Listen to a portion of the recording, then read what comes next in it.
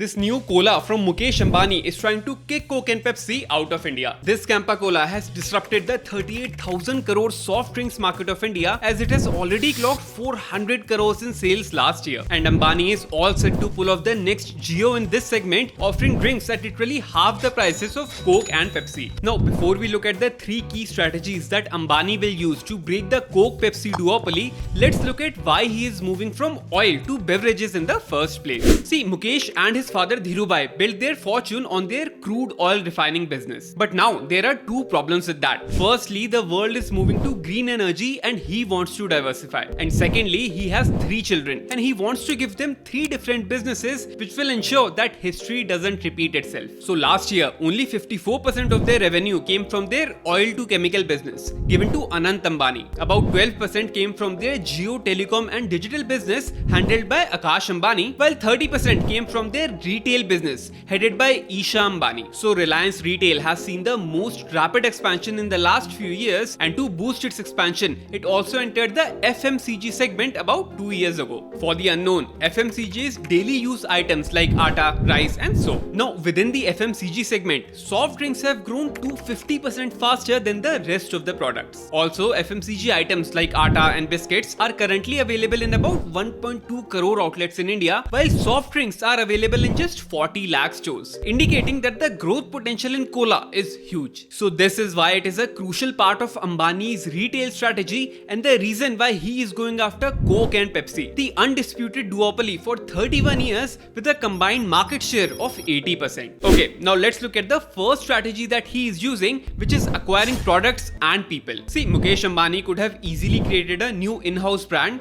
probably something like Jio Cola, but instead he strategically acquired the Campa brand for 22 crores in 2022. And I'll explain why that was a genius move. While people born after the 1980s might not know this, Campa was the king of cola in India for almost 15 years. In 1977, the Indian government kicked Coca-Cola out of India for refusing to share its secret formula. So Pure Drinks, a company with 10,000 employees that did bottling for Coke, was left without business overnight. So Pure Drinks had launched Campa Cola and continued its business as usual. And then along with Parle's Thumbs Up, it ruled the market from 1977. However, in 1991, India reopened the economy to foreign players after liberalization. And in 1993, Coca-Cola returned to India, after which Campa and Thumbs Up could not survive against the deep pockets of Coke and Pepsi. So Coca-Cola acquired Thumbs Up from Parle, while Campa fizzled out on its own by 1999. However, the name Campa retained its nostalgia and brand value. So by acquiring it for just 22 crores, Ambani leveraged this existing brand recall, and it also generated free publicity for reviving an old brand,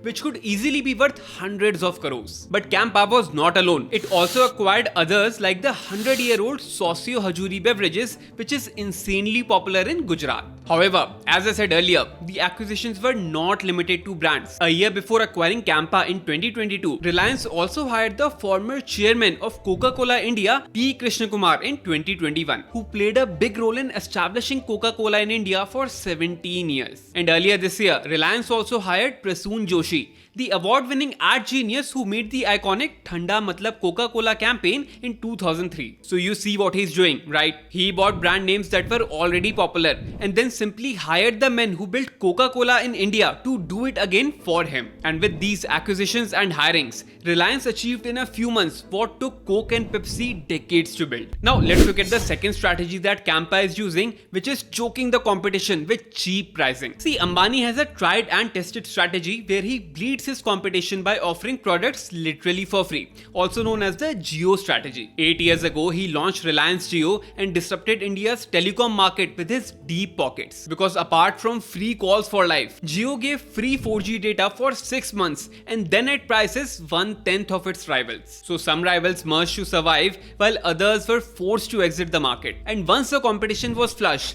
Jio increased the prices and became profitable. Then 2 years ago, he did the same thing in OTT, where he acquired IPL rights and then started streaming it on Jio Cinema for free. So Hotstar was left with no choice but to sell itself to Jio in 2024 at 1/3 of its valuation in 2019. However, in Jio's case, all telecom companies were already stressed with a lot of debt, so they couldn't stand against Jio for too long. But Coca-Cola and Pepsi are international giants with very deep pockets. Also, it is not possible to kill the competition by offering cold drinks for free, but he can offer them at a discount, which is exactly what he is doing. While Coke and Pepsi offer these 250 ml bottles for 20 rupees, Campa is offering its 500 ml bottle for the same price, while its 200 ml bottle costs just 10 rupees. And this is being done across all available sizes. So what Ambani is adopting here is not the Jio strategy, but the Nirma strategy. Similar to how Nirma beat giants like HUL's Surf Excel in the 1970, where it had introduced its effective detergent at prices 75% lower than others. In response,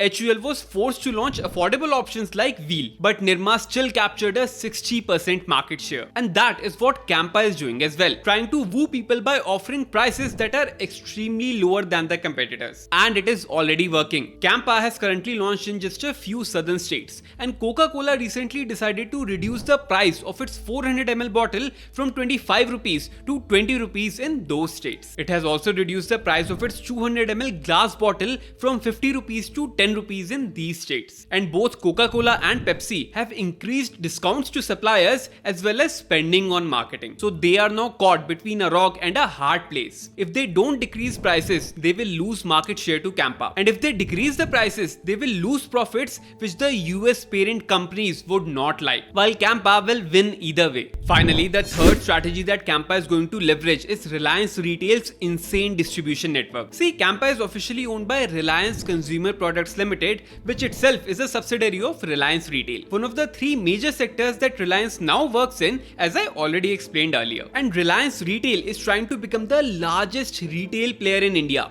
where it owns the retail stores as well as the products that are sold in those stores. That was also why Reliance acquired and replaced Big Bazaar with Smart Bazaar stores. And as of 2024, Reliance Retail is India's largest retail chain with over 18,000 stores. And other than Campa in the soft drink segment, Reliance has acquired roughly 24 FMCG brands like Good Life, Best Farms, Snacktack and Glimmer Cosmetics, where its strategy is to outsell competitors and beat them in volume by selling beverages, biscuits, detergents and everything else at a price point 30 to 35% lower than them. So while any other competitor might have to build a distribution network of retailers from scratch, Reliance already has about 19,000 giant stores where it can replace Coke and Pepsi overnight. Reliance also has its online platform JioMart, where it does over 6 lakh daily orders across 260 cities in India. So it literally has the biggest retail distribution network in India, which Coca-Cola and Pepsi cannot even match. So does that mean it's all about scaling the production and Campa will eliminate Pepsi and Coke from the market? Well, not exactly. See, when it comes to FMCG products, including beverages, only 10 to 15% of the sales happen through modern channels like giant retail stores and online. About 90% of sales of consumer products in India still happen through traditional distributors and kirana stores. And Coke and Pepsi have an advantage here because they have already built a vast network across India over the last 30 years. Coke, for instance, is present in 45 lakh stores in India. So while having JioMart and 19,000 retail stores is a head start, it's definitely not the deciding factor. But Reliance knows this very well, and that's why, since its launch 2 years ago,